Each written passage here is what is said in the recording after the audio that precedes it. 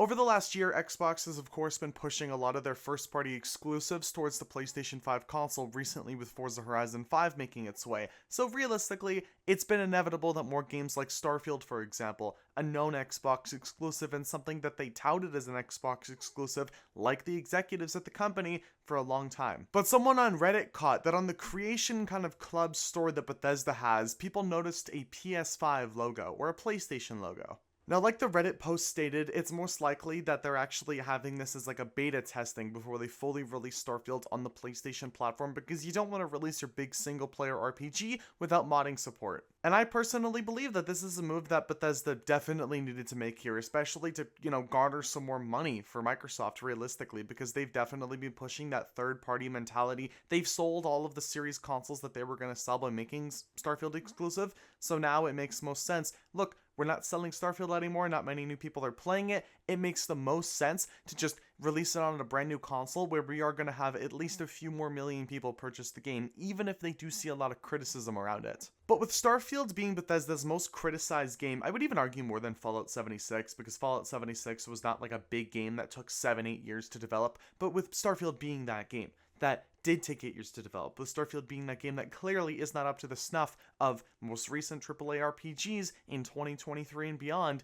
it's going to be surprising, honestly, at least in my opinion, if a lot of people on the PlayStation console, especially after seeing dozens and dozens and dozens and hundreds of videos of people critiquing Starfield, myself included, I would be surprised if they'd actually go out and purchase the game. Because yeah, look, Bethesda's new RPG is making its way to the PlayStation console, and you still are going to have people buying the game, because people will at least be checking it out. More likely than not, they'll be releasing a new expansion alongside Shattered Space and the base game, probably in like some premium edition bundle. They'll probably be having early access pricing like they've been doing for several Xbox titles, like Forza Horizon 5, for example, has an early access fee if you buy the premium edition of the game. So I have no doubt that Starfield will make a lot of money on the PlayStation 5 console and from the PlayStation brand, and Sony will probably be making a lot of money from future Creation Club purchases and from, Starfield releasing on their console anyway. I doubt they have an issue with that. But this, I don't think it's going to really save the game in terms of popularity or in terms of publicity when, like Bethesda, I feel like has to release a giant overhaul of a lot of the systems, mainly the loading screens. If they could release Starfield on the PlayStation 5 and like the loading screen issue is entirely mitigated, where like there's very few loading screens, you can actually have proper exploration that just feels better without having 9 to 10 different loading screens. They overhaul the UI without having people to use mods. If Bethesda could still do all of that somehow, and let's never say never here, they definitely could be pulling a 180 out of their ass, and they could be producing like an amazing Starfield content update that saves the game and just makes it so much better to play.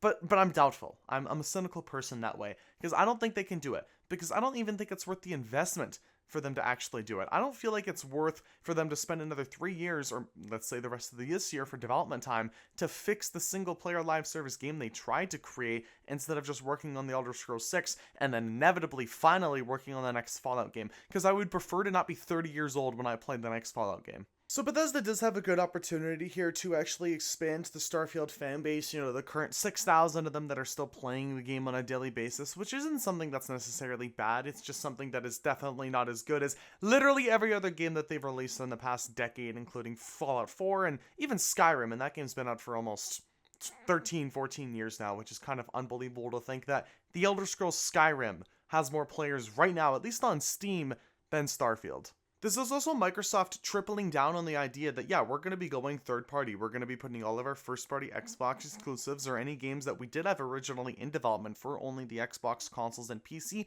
on the PlayStation 5 platform. And I have no doubt personally that it's going to make them a ton of money. And I have no doubt personally as well that the next expansion for Starfield I will probably be trying and making content on. And honestly, I'm kind of excited for it.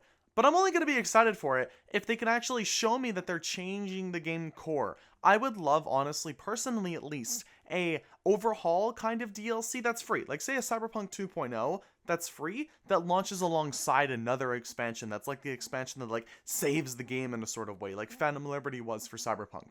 But I would also like to point out as well that if the Starfield PS5 port is successful, let's say they sell 5 million, 10 million copies on the PlayStation console platform, they're making a shit ton of money, and Microsoft is like, okay, you know what, you guys can develop more Starfield DLC. We will put more investment into that DLC.